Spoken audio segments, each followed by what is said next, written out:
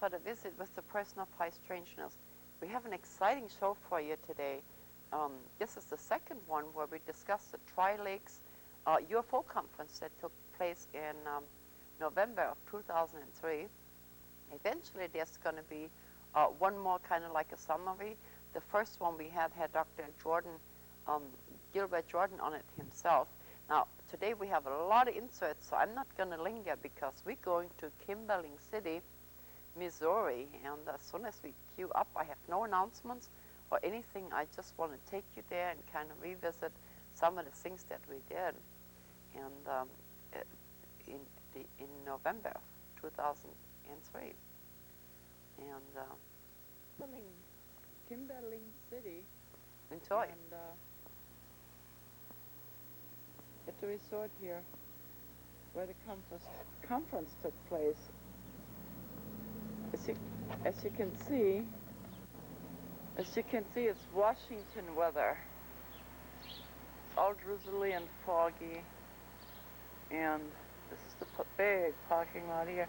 There's a lake on the other side here, except you can't see it. It's really been foggy. And so we're going to go into Papa Grande's here. It's a little Mexican restaurant. I'm going to find me a cup of coffee out, so come right along. I think I'm in the right place. There's a flying saucer here. So here we are. She did too. Caught me all cheaped out. I feel like cheating now.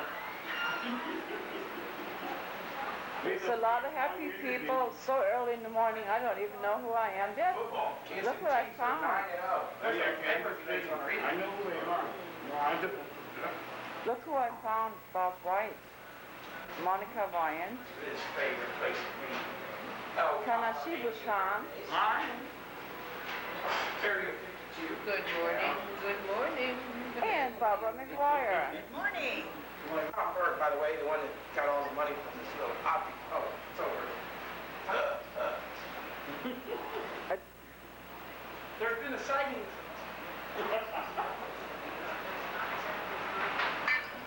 This is me, and this is the piece. Oh, okay. Now, I don't know what this is all about. It'll be interesting. Hang on. See, this is me and my son in the alien. This is me and my baby, the piece. Uh-huh. And then here's a piece of my baby. Oh. So. Baby meaning Bob White's object. Yeah, our baby. Well, it ain't Bob's no more. I just let him keep it. And all of this is because of this. Really? Yep. Explain. Oh, real quickly, I was really broke. I touched the piece, and now I've got 3 businesses, 2 homes, 11 acres, and loving life. Oh, how you doing? Really? All because of the luck of the draw. Pretty good. And I won a bunch on lottery because of it. Oh, you won the lottery? Yeah, I won I almost won almost $100 since the day before yesterday. Yeah. Mine. What he said. Mine. Can't see the cheeks. Oh, yeah. Thank you. Thank you. There's Dr. Gibbons. Hi, good morning. Yeah. He says he's an early riser. He was in the middle of a wonderful conversation with me about his son Robert, the one we talked about. Well, we got Robert back from Iraq, and now his older brother Jim has been activated in his reserve unit and very possibly will go over to Iraq too. So we're quite concerned about him. And Thanksgiving holidays coming up, I was planning to drive to Fort Stewart, Georgia at Savannah, spend the holidays with Robert. But now with his brother going to be activated, Robert's going to try to come back, I think, and so that's going to change our plans. But wow. I don't know if I was in the middle of my conversation, and it's so early in the morning, I didn't know who I was, and I just left you standing there talking, and I just walked off. No, I was I don't know if Dr. Gibbons told you or not, but he was over in Iraq too. He was a desert strike. Yeah, I know. It's an interview, yeah. Then his kid goes over there. Yeah. now the second one's going Now the over. second one. Yeah. So, But it was pretty certain that James's unit was the last unit in Springfield that had not been activated. And now they're actually recycling the units because they're staying in Iraq longer than they thought they were going to do, and so I was pretty sure he was going to have to go. Now he's the one that trained with Jessica Lynch at Fort Jackson, South Carolina, and Fort Lee, Virginia. Yeah, because And they're the same specialty. They're automated logistics specialists, and so that means he's in a supply sort of unit like Jessica was. And we're hoping that, in fact, Robert hopes that maybe at this point that they will stay in the United States. Their unit will stay in the United States and replace the active duty unit that would go overseas. Because the reserves are, there's a lot of criticism that the reserves aren't getting enough medical attention and things like that. Right, So yeah. right now all we know is he's activated. He'll go on active duty probably for a year. And financially for him, that's a good deal. Is it? You get your expenses paid. Real soldier for you there. Right. He is thinking about nothing except the benefits. Right. I retired. Yeah. That's my I whole. have to come closer because it's so noisy. I retired from 21 and a half years in the military back in February. Yeah. And I draw my military retirement. And my ex-wife turns out that since we were married for 20 years, she gets my benefits like we were married. So she had eye surgery, she had cataract removal, financed through my military benefits, which is good. That she almost lost her eyesight totally, was almost blind, and now she's recovered her eyesight. So that's really good. My son John is in Rolla at the University of Missouri at Rolla. He's going into computer software engineering, and he didn't want to do the military until he got out of college. Then he'll get a direct commission and he'll go in the military, but he didn't want to interrupt his college at this point. Yeah. And my youngest son Presley's just 10 years old, so he doesn't really understand a lot of this with his brothers gone and coming back and reunions and all that stuff. So I'm hoping that the family can be together for Thanksgiving, because it'll probably be a year before Jim would be back if he goes overseas. But today's the spook light. Today's my presentation of the spook lights. No wonder you're so happy. With your Sean's revolutionary footage that we shot last year. Really good, huh? Oh, that opened a whole new It's world so loud. in the spook light. Excuse me, hon. Hang on just a minute. Let me finish my interview real quick. I want to know how you're going to recreate all 4 of those lights. Don't know yet. I don't know.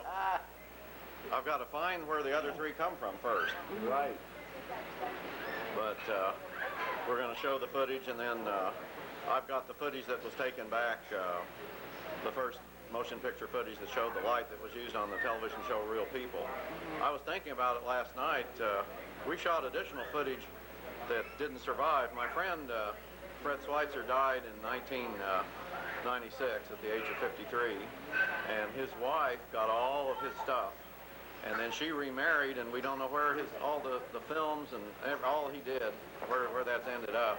But we shot another film in, must be about 1959 of the spook light, the first actual moving pictures of it at all. It was shot on Tri-X black and white film. But that's in his collection, and I don't know if that's even still safe. But then we went back and shot the spook light in color film. Real-time color film, and that's what was used on the NBC show Real People. So I'm excited and to share all this new footage with everybody. It's so noisy. I don't know if this time out or not. Okay, we can make noise. How are you doing? That's the inside. It's a happy place early in the morning.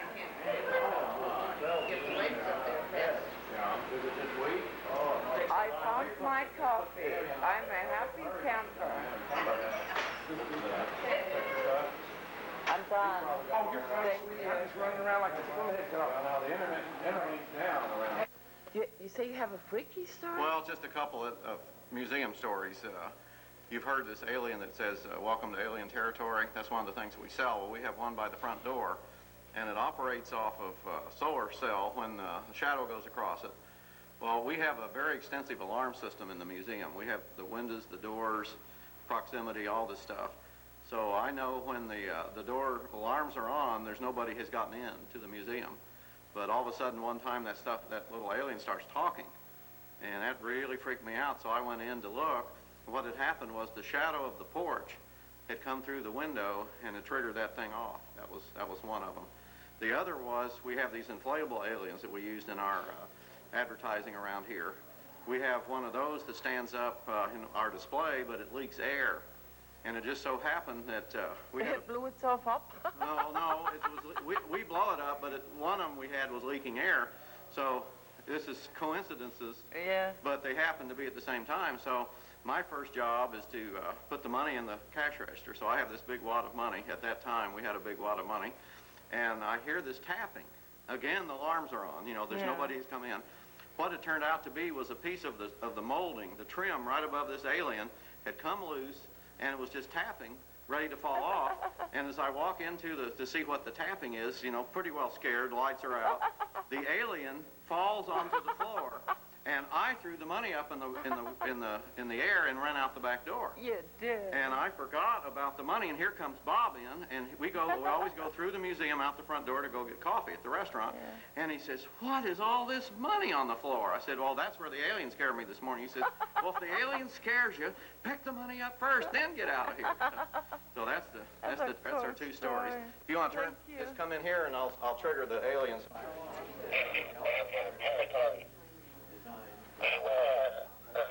That's the sensor. Now you imagine in the dark, you just woke up, you hear that thing talking, and you know nobody else is in the building with you. Yeah. And that thing... Thank you for the story. Oh, here's another one real quick. Oh, there's another one, okay. The day I got that, the fellow I got the alien from the X... He's a night person, so it was about 10 or 11 at night.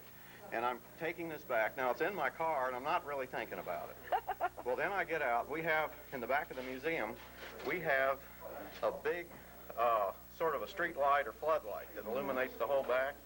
So I'm walking down with this thing with my arm around it, and I see my shadow, human, and then that big head shadow, and that really did freak me out for a minute until I thought, now, come on, Robert, that's a rubber statue. There's no alien behind you chasing you down. But anyway, it's just stuff like that. You can get caught up into this stuff. Yeah.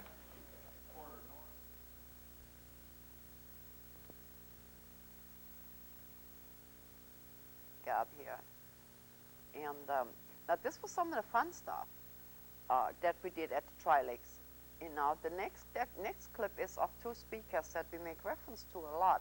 One is John Greenwald, the young man that runs the Black Vault that consists of over 110 blacked out documents from the government under the Freedom of Information Act.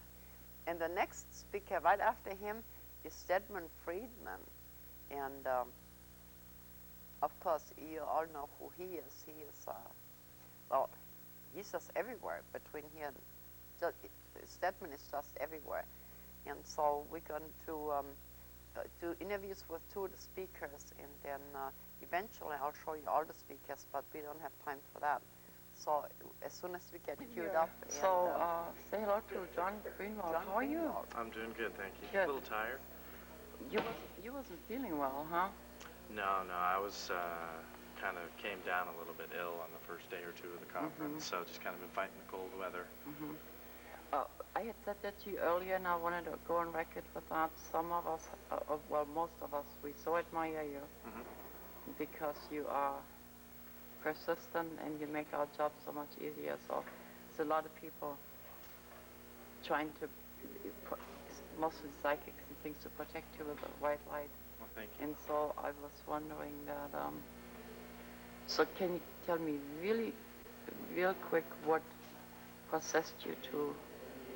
Honestly, I have no great story to tell other than I was just curious. And when I was 15 years old, I started researching this phenomenon and the United States government's connection, and sure enough, it just went from there.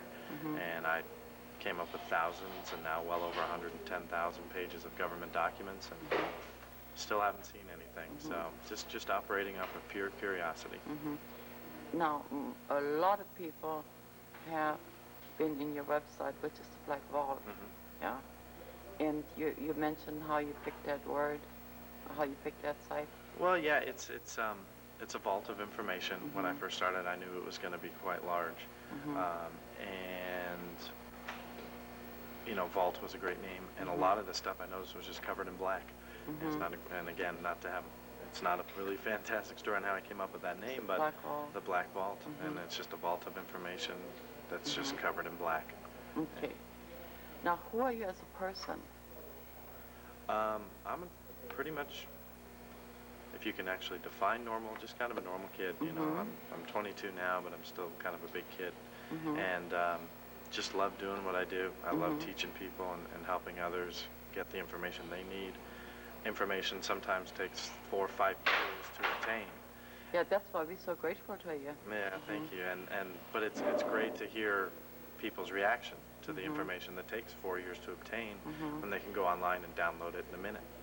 You know, and that's a great feeling for me. I'm going to put you in charge of the world. What are you going to do? Probably try and get everybody to work together versus just fighting. You know, you can have a small scale of just the UFO community. You see different sides of it arguing. Go to the United States, you've got the different political parties arguing. Do a global scale, you've got countries arguing. So it's just human nature, I guess, you know, and you would want to stop that if you were in charge of the world. But honestly, you know, I think it's probably an impossible task. I don't think it can ever stop. Do you think you'll have a family eventually? Or you... Oh yeah, I'm sure eventually. I mean, I'm 22, so I don't really think about it that much. I like going out with my friends and having fun and, you know, just relaxing versus thinking about starting a family. So down the road when it comes. Well, we're definitely very proud of you, and we really thank you. And you're such an example to the young people what you can do if you put your mind to it, because some of us are getting a little old, you know. Yeah, thank you very much. Yeah, so keep up the good works, and if we can ever do anything for you, just let us know. And anyway, there you have it, John Greenwald, and thank you very much. Okay. Thank you. Bye. Conference in Kimberling, no? Kimberling City, Missouri. Missouri, okay. South of Springfield. Anyway, it's Bob White's conference, and so it's really wonderful because we've been kind of passing for years. I always miss you, so it was my lucky day here. Stanton Freedman, how's that? How are you today? I'm great. Yeah, I hear you were busy. You gonna run off? Well, yeah. Tomorrow morning I leave early to go to the conference just outside Las Vegas on crash retrieval conference, and I'll be speaking there too. And I'm speaking here on new attacks on Roswell and MJ-12. I'm the original civilian investigator of the Roswell incident. Civilian. I was not there in 1947. Some people think I was only 13 in 1947. We were just talking about age. Yeah, I'll be 70 next year. 70, yeah. I feel 50. Yeah. He says, hopefully. Well, in some of the circles, you're a very famous man. I get around a lot. I've been lecturing for 36 years. I've given more than 700 lectures in all 50 states, 9 provinces, and 13 other countries. Did tours of Australia and England and so forth. And I'm a loudmouth. I do lots of television and radio. I try to tell it like it is.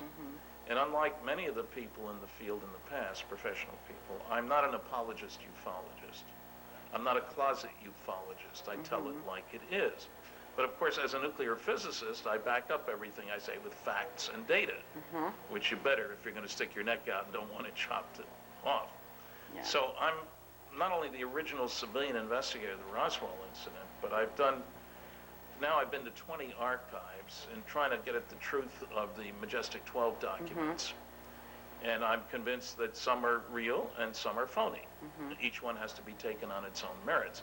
The real ones are the most important classified documents ever leaked to the American public, as far as I'm concerned. Exactly, yeah. And frankly, I get a little tired of the armchair theorists who sit in their office and say, well, this document can't be real because it's not like this one. Well, I just got back from the Eisenhower Library. I've been there many times. And I look at the objections to the Majestic 12 documents, and they're typical of the intellectual bankruptcy of the pseudoscience of anti-ufology. I like the way that sounds. It's big now, yeah. Well, people make pronouncements. Yeah. There are 4 rules for debunkers, and this applies in every field, not just ufology. First, what the public doesn't know, I'm not going to tell them. Second, don't bother me with the facts. My mind's made up. Third, if you can't attack the data, attack the people. It's easier. That's right, yeah. And four, do your research by proclamation. Investigation is too much trouble. For example, one of the big objections to one of the MJ-12 documents, it lists briefing officer Admiral R.H. Hillenkoetter. Now, he was the Director of Central Intelligence in 1947. And the complaint is, but he wasn't a full admiral, he was only a rear admiral. Obviously, the document's a fraud. Well, if you look at the list of members of MJ-12, they use generic ranks for the military guy. All generals, whether brigadier, lieutenant, major, full general, are generals. All generics, yeah. Yeah. Admirals, rear, vice, full admiral, admiral. And so I just picked up a number of examples at the Eisenhower Library of Brigadier General Andy Goodpaster, who was Ike's staff secretary, Eisenhower staff secretary. He writes up the minutes of meetings when people get together, and he lists the attendees and what went on at the meeting, and then signs it. Now, here he lists the attendees. The military officers all use generic ranks, including himself. He calls himself General Andrew Goodpaster. He signs it Brigadier General Andrew Goodpaster. It was standard technique, in other words, and I talked to two archivists about this, to use generic titles when you got lists, especially mixed military and civilian. What's the rank of a civilian? There's no hierarchy here, you know. And they said, well, that's the way they always did things. So I dug out a number of examples of that to show the people who claim that that makes it false, that it isn't false. Yeah. And in my lecture today, I'll be showing a canceled check. Mr. Philip Klass, who's one of the noisiest of the negativists. Yes. One of these MJ-12 documents, the only original one we have, it's on onion skin paper. It's a carbon, but it's on real paper. He said the typeface is wrong. Maybe you didn't notice it's done in the large pica type.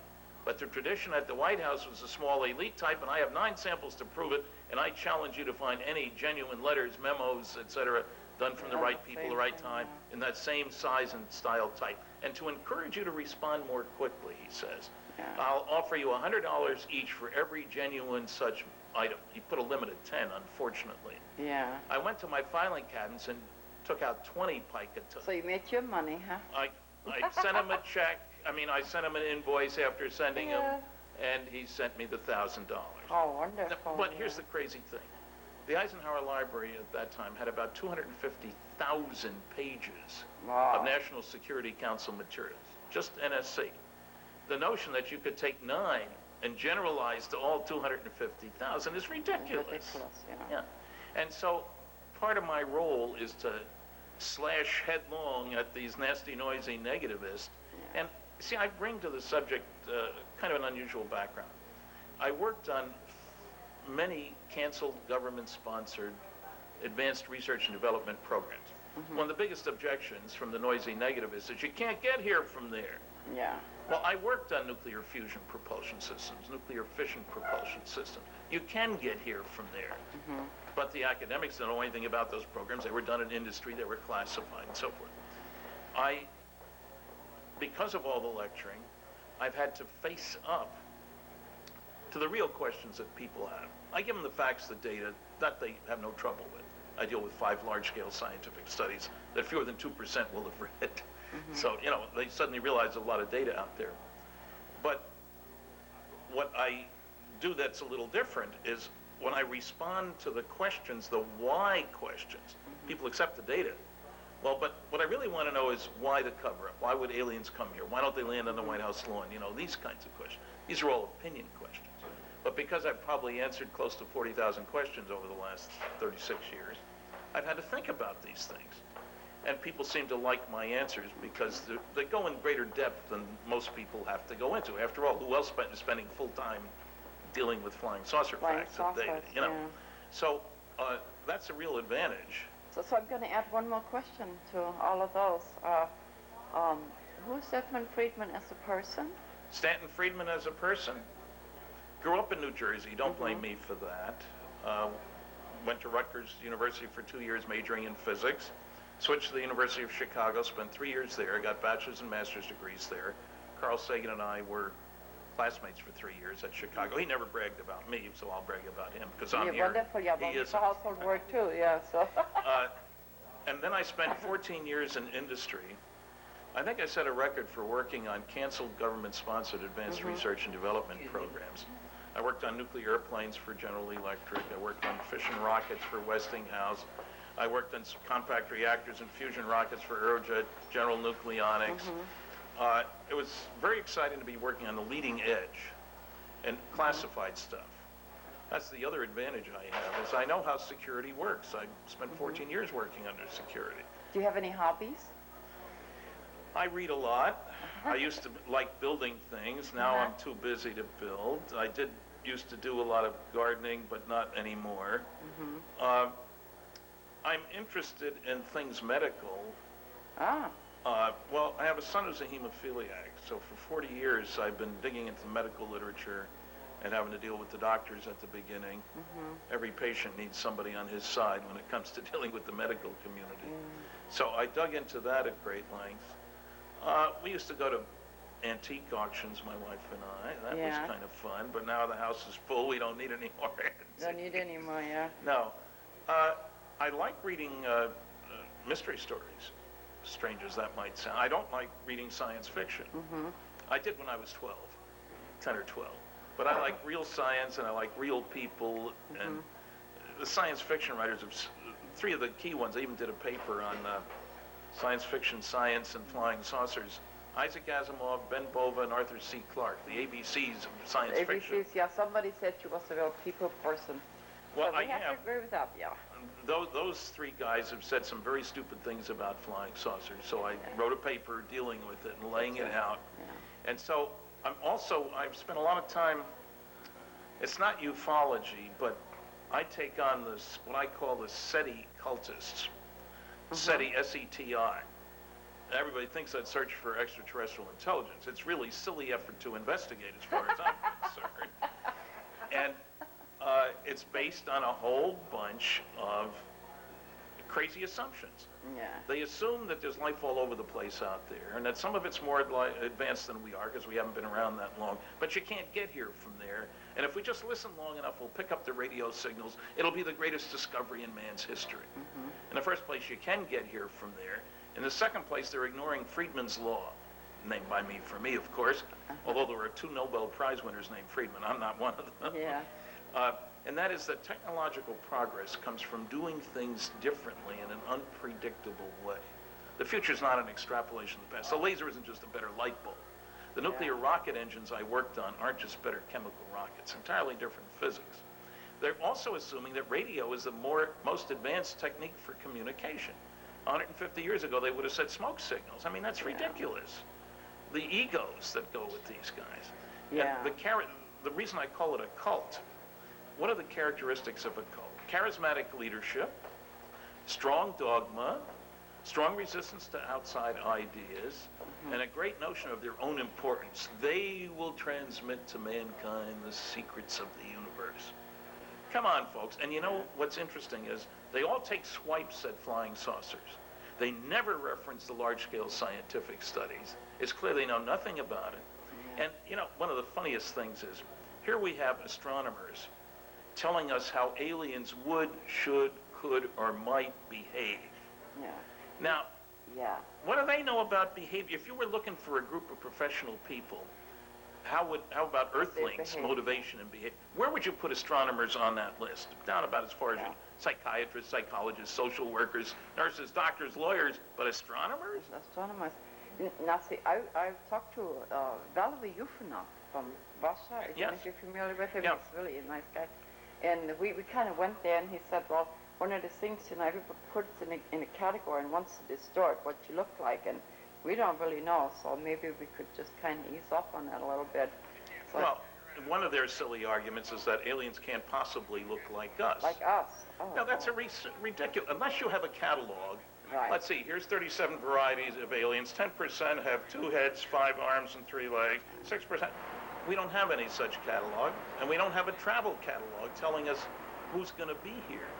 As a matter of fact, they're assuming that life here has no connection with any life out there. We could be somebody's colony. We could be, yeah. This could have been the Devil's Island of this corner of the galaxy. That's where they dumped all the bad boys and girls, and that's why we're so nasty to each other. That is a good thought. Now, the noise you hear is, like always, we have to have a noise, and it's air conditioning. Air conditioning, and it's freezing, but we do That shows how much hot air I'm putting out. How cool. Now, I'm going to put you in charge of the world. What are you going to do? Well, let's see. In charge of the world, I suppose that what I would like to do is to get people, Earthlings, first of all, to start thinking of themselves as Earthlings instead of Canadian, American, Chinese, Greek, whatever. Secondly, I'll try to get them to see how we must look to others. I think from an alien viewpoint, we're a primitive society whose major activity is tribal warfare. I mean, what a track record we have. Every single day, more than 30,000 children die on this planet of needless disease or starvation. And yet, the world today is spending roughly $1 trillion on things military. That would feed all those kids and then some. So we've got our priorities askew. I think we need to recognize we're not the big shots in the neighborhood. That's tough for any government to buy into, but we're not. And frankly, I think the aliens are here to quarantine us. If you were an alien, would you want Earthlings out there? Primitive society, major activity is tribal warfare. Look around. I don't think we qualify for admission to a cosmic kindergarten. On a bad day, I'd say a cosmic preschool. So I think I want to get people to look around, to recognize that we have a beautiful planet, and we're going to hell in a handbasket in how we treat it, and that we have not put the welfare of the people here first.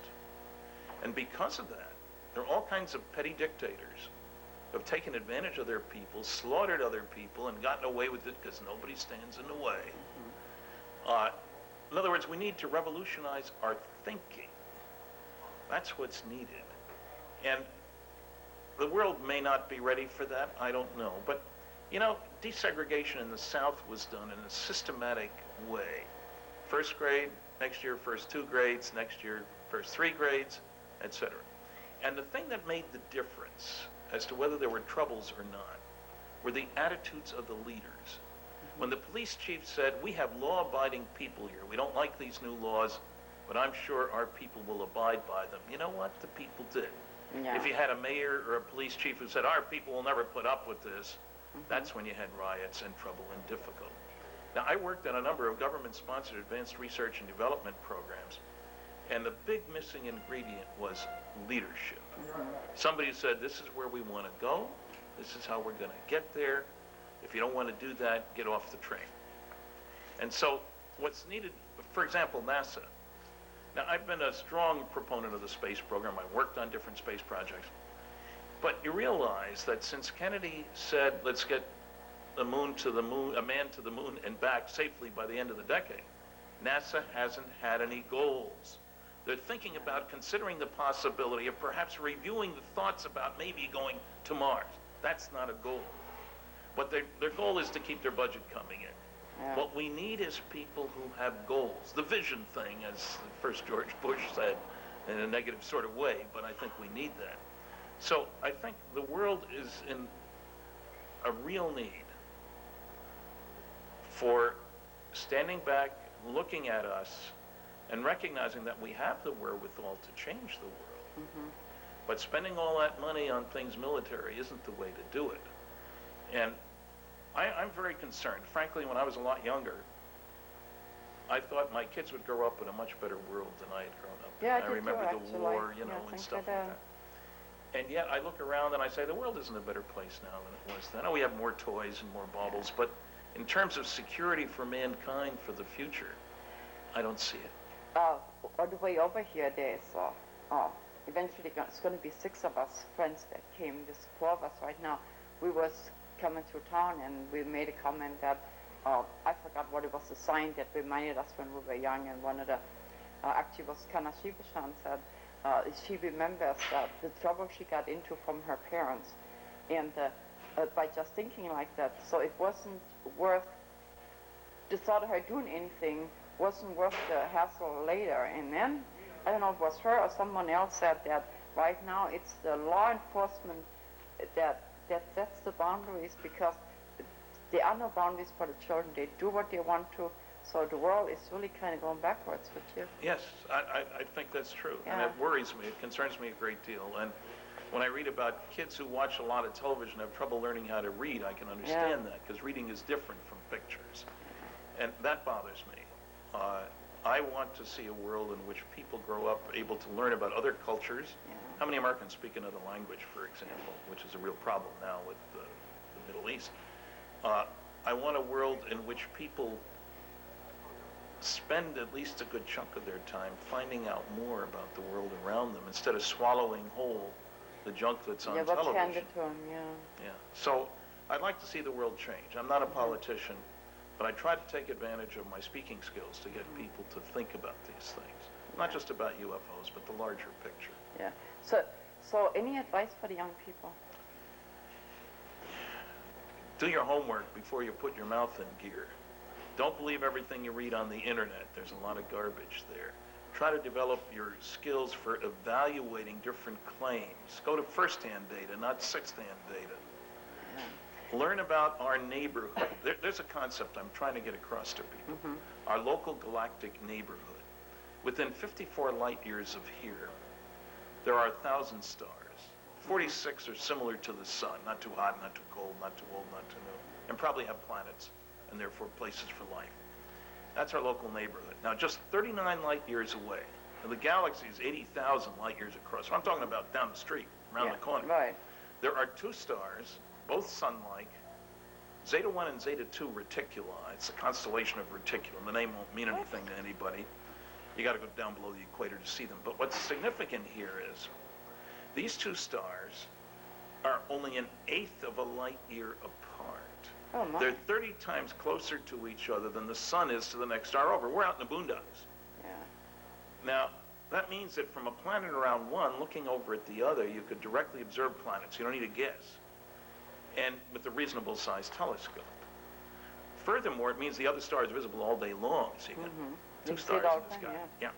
And the interesting thing is those 2 stars are 1 billion years older than the sun. Now, there would be a heck of an incentive for developing interstellar travel sooner when you got a neighbor to go to. Yeah. So, invoking Freedman's law, progress comes from doing things differently. Imagine what they might know with a 1 billion year head start. Give them a 1,000 year head start. Yeah. We tend to forget what's happened in the last 100 years. First airplane flight was less than 100 years ago. It's 100 years next month. So what are these guys going to know? I started work in industry. I used a little thing called a slide rule. Now for $5 you can buy a little pocket calculator that does all of that and a zillion things more. Times change. Technology changes. So if these guys got a little head start on us, they're going to know a lot of things we don't know. Yeah. And I think it's to their best interest to find out about us, because if you make one assumption about every advanced civilization, it probably ought to be that they're concerned about their own survival and security. Yeah. Everybody seems to. That means you got to keep tabs on the primitives in the neighborhood, but only close tabs on those primitives who show signs of being able to bother you soon. Well, at the end of World War II, there were 3 signs that soon these idiot Earthlings would be moving out. Nuclear weapons, V-2 rockets, and powerful radar, symbol for electronics, really. Isn't it amazing? And when I say soon, I mean within 100 years, which is no time on a cosmic scale. Right. Isn't it amazing? The only place in the world in July 1947 where you could study all 3 of these was southeastern New Mexico. Yeah. First atomic bomb, that's where we were firing to capture German V-2s, that's where we had our best radar to track them. So I don't think it's a coincidence. I think they're here for many purposes, but I think the big one is make sure that if we're going to leave within 100 years, that we behave properly. Yeah. I'm not so confident of that. We will. That's going to happen like that, yeah. Shoot first, ask questions later. That's the Earthling way. Yeah. Now, we've got a little audience on the side here. Barbara McGuire, is there anything you want to ask him that, like... I think he pretty well answered what I was going to ask, but... Good. Wonderful. He answered everything Barbara McGuire had to ask. Kana Shibushan? Well, I think he answered more than I would have asked. Oh, good. Well, how cool. I got yeah. the questions before the answers. I mean, the answers before the questions. But like you said, you do a little unconventional, we kind of unconventional tour here. On a personal note, I really appreciate you coming, giving Bob White a hand, because he's kind of doing things a little different too. So I really, you know. We try to help wherever we can. Can't always make it because I live the other end of the country. Oh, I know. We came from Washington State, and so. I think it's farther from New Brunswick. New Brunswick. Canada. No, maybe not. Maybe about the same. About the same. That's east of Maine. Yeah. And so we appreciate you as a person Thank and you. for all the work that you've done, and thank you for sharing yourself with us here for a minute or two. And I'll do whatever I can to help. it's just been Thank you. wonderful. Thank you. Cool. Oh. Wow. Now, you know, we had a real variety of speakers. There was him and Greenwald and Peter Davenport from the Reporting Center, Dr. Golka, that we created a ball of lightning with Tesla energy. There was just Daryl Sims, the alien hunter with his implants. There was just a lot of people and colleagues there that we've worked with over the years. Now, they had brought Barbara well, actually, I was the speaker and Barbara came with me. This is the first time we think that they ever added a flavor of psychic energy to this whole setup. And so we were speakers, and in the next insert I'm going to is one of the ladies that kind of commented on it, and she kept things in line out in the front, and she's a Reiki master, and her name is Paula. Ooh, and I don't remember. I'm sorry. I just remember her last name right this minute. But the reason we don't have names under it is because we are all people, and famous or not famous, we're all just in the same boat together. And so I just thought you might enjoy listening to her.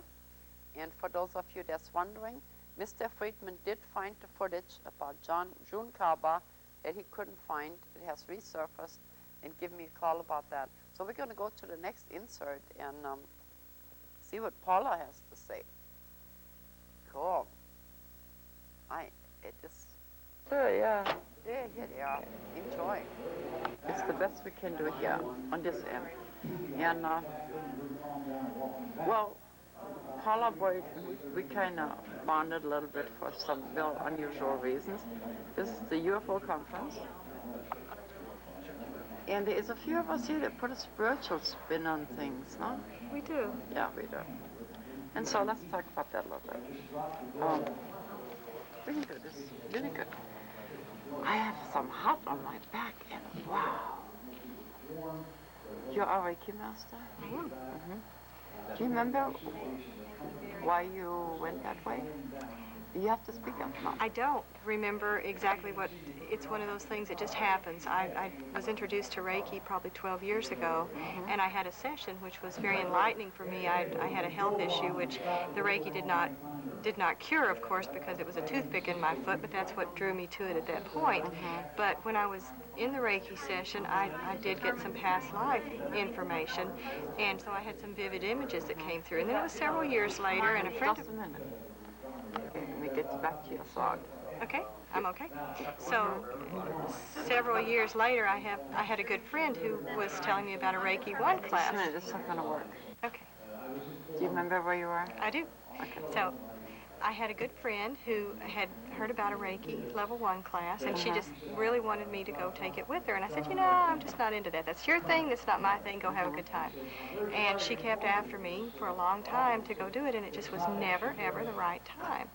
And after we moved to Missouri, I met a couple of people, not in touch with Reiki necessarily, but through those people, I met these Reiki masters, and all of a sudden I just knew I had to take the class. It was not a question of if or should I do it or shouldn't I. I said I will be there, and so I took the level 1 class. And once I did that, it was just this incredible door that opened for me. And this my way I use Reiki, which is of course an energy that is available to us all, the universal life energy. People access it through chi, Tai Chi, different, even yoga, meditation, a variety of different things, Chinese, different types of things. It's all the same thing. I just use Reiki for my connection with it. And once I did that level 1, I found this connection that was just phenomenal to me. I could not believe the feelings that were coming through my hands. Now, let's fast forward here for a minute. Now, how did it affect your family life? I think that's where I'm going with that. Oh, okay. Well, of course, everyone thought I was completely and totally nuts. Yes. And in fact, one short story with my younger daughter, who was 13 at the time, and I just gotten my Reiki 1 training, and so I was practicing, getting the energy, and I said, okay, I want to try this. I'm so excited. Let's try this. And I want you to put your finger between my hands and see if you can feel anything. So she did, and she stopped, and I of course, could feel it when she came into my energy field, and she could feel it as well. It scared her a little bit. And I said, okay, well, it's all right. Let's try it again. And when she tried it again, of course, I keep my eyes closed because I can just connect better that way.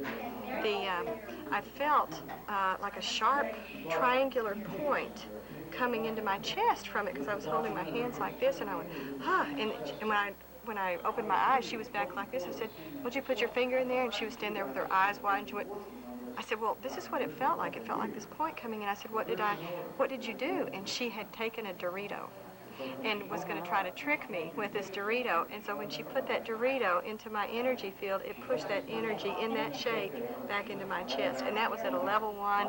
And I went, oh my goodness, that was all either one of us could handle right then. We got to go now. I understand you have a life partner that's on your path. I do. He's on a very different path than mine. Although some of the parallels, we've studied some things together, and I think he's over in Vietnam at the moment. So he's really opening up from a very traditional Southern Baptist actually background and upbringing, and expanding. And he's studying Buddhism and going to the different pagodas, and just really he's on his own path of awakening as well. Now sometimes people think when we sort of, that light bulb goes off, if you will, that we can just drag everybody with us in the same line of thinking, which of course does not happen. No. And then so we are on a path, and then people assume that's always the same. What do you say to the people that awaken and want to take their mate with them? It's not going. It's not. The sad thing is, and it's a very difficult thing for me to, to deal with, and I've discussed it, with my husband as well. I've discussed it with my husband at length, and while I would love for him to be on the same path with me, that's rarely the case, because one person will evolve at a different rate than the other person, and it's very often that you have to go your separate ways. I'd love to go on this path with him, and we've had it, but he's just not at the same point, that I am. And so at least we're where we can recognize, what that is. No, I take it you've taken quite a leap of faith in job, work, yeah. I don't have a job, or work. Yeah. I have a passion and a vocation.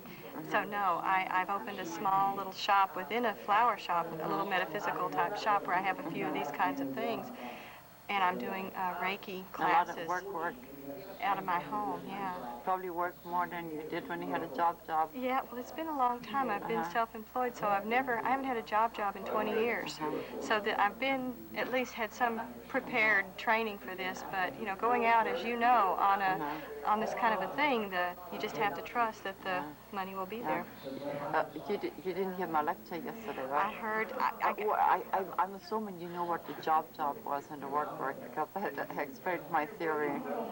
I did, and I hated to have to leave, but I saw someone that wanted a Reiki treatment, so I had to come out and do Reiki for them. But you did hear that part. Yes, I did. Yeah, I did, and the connection of being human, and that's a tough thing, because we are human, but when you get in this other realm, and it's like with Reiki, you've seen the people over here on the table, they don't want to get up, because you get in that altered state of awareness, and it's so blissful, you don't want to come back. And I enjoy going there too. So. Cool. Did I leave out anything? We don't really have a focused storyline here. I know we all have something that's really important to us to pass on to the next person.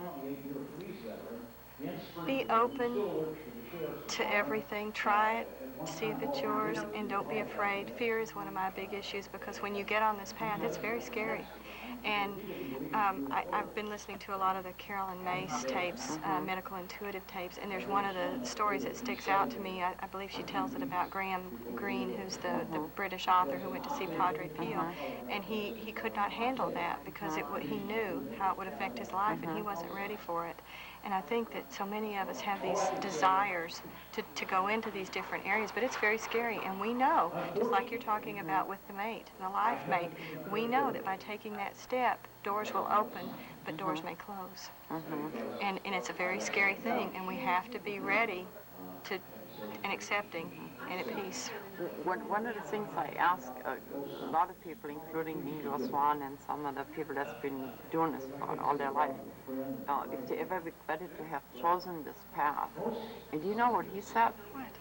He gave me, it's a certain way he looks at you, you know, and he said, what makes you think I chose that? Exactly, and that's right. And I mean, I know that there is a conscious choice. There was a point where I could say, I don't want to do this, and I did that for a number of years. But now I don't have a choice. I know that. There is no choice. I can't go back. If I had to go back and be who I was, I would implode. I can't. I would be insane. I could not function. I have to do it. That's all there is. And so now you live in the Show Me state? I do. I've lived here about 9-10 months now. Yes. And so are they showing you? Showing me great. It's been a fabulous time. I've enjoyed every moment that I've been here. It's been an incredible learning experience, and I'm so thrilled to be here. Okay, the next thing is I'm going to put you on the spot.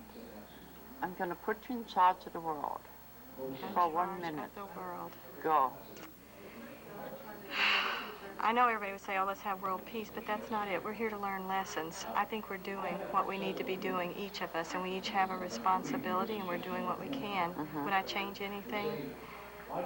I would, if I could give a gift to everyone, it would be a small awareness, as much as they could handle at that moment, and just a little bit more. And then maybe we would all look at each other just a little bit differently. But I do have an understanding that whatever path we're on, whatever point in our development that we're at is where we need to be. Cool. Well, it's been a wonderful 3 days, and you have to stay in touch because I am so glad to meet you. Really got some here. I am so glad to meet you. So thank you for sharing time and space with me. Thank you. It was a very rounded conference. We had astrophysicists, I think I've already mentioned. We had everybody on the planet there, and then some spiritual people also. Now, in our closing today, we're not going to have any music, and I'm going to set up for that a little bit. I've shared the story with you when I went to interview Bob White originally. I came all the way back to Washington State, and my tape was empty. And because of that, I had to turn around and physically go all the way to Missouri to redo that interview, and that was a life-changing opportunity for me. Now, when I met Bob White, originally there was a young woman there. Her name was, I think it's Melissa, if I remember correctly, and she was putting together a documentary about the Bob White's object, and so she was very proud to come to the conference to show us the finished product, and she was leaving there and taking it to the to film festival in Cannes to be submitted. Well, and at the end of the show, in the closing, we will show you what really happened with that footage, which it was blank, and some of the thoughts that we had. And but here again, everybody was upset because the footage was blank. But then when we looked at it closer, it was very exciting to have that part to be part of the continuing story about the Museum of the Unexplained and the Bob White object. And so I couldn't have taken that footage there and not shown you what that was like. Like I said, we have one more to go where we just give opinions and everything. Update on Dr. Jordan, he went to Hanford, and as far as I know, he did get his funding to clean up the place. I'm getting ready to go on the road here in a couple of months, so your support is appreciated and needed. And so if you can help me continue my work, I am grateful for anything. Gas vouchers, whatever you feel that you can come up with. We're looking for someone that can fix or replace the generator in the RV. And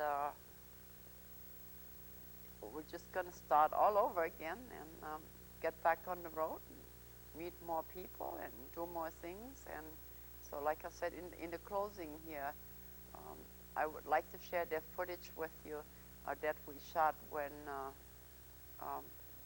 Melissa's tape was playing, just like my own was here originally. And then I guess you come see me again next week, or on Tuesdays or Fridays.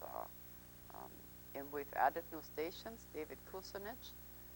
That show was very well received, and we appreciated your comments on that because it was somewhat out of the ordinary. Tom Stahl's fan club has checked in, and he has promised to do more shows in the future.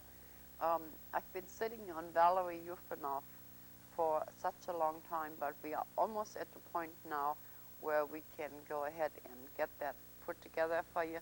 So within a week or two, I'd like for you to look forward to Valerie Yufanoff and the alien, well, extraterrestrial. Around and Russia. Yes, at the close of the what's up give here. yourself a hand. I see you next week, and we'll see you. Bye.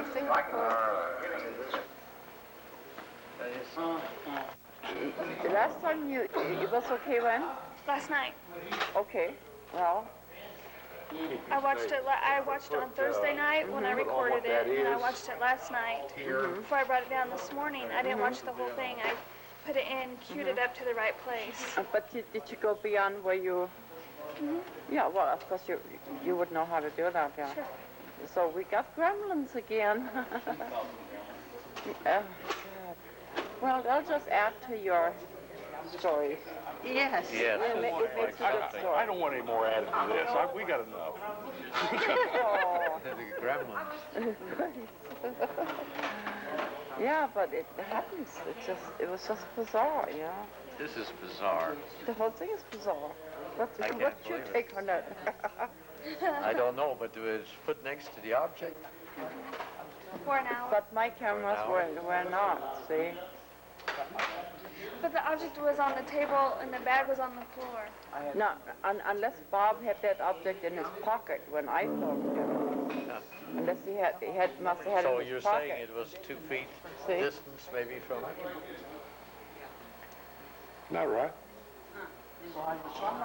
Yeah, look, we've had. That is a... Well, remember what happened in Laughlin? You gotta remember what happened in Laughlin. Yeah. You gotta remember what happened. We had batteries go dead in the micro nest. Yeah. If I hadn't had a backup, I wouldn't have had a PA system last night. Right. Yeah, 9-volt battery went dead. Now, 9-volt Yeah, battery and you brought the object in. That's right.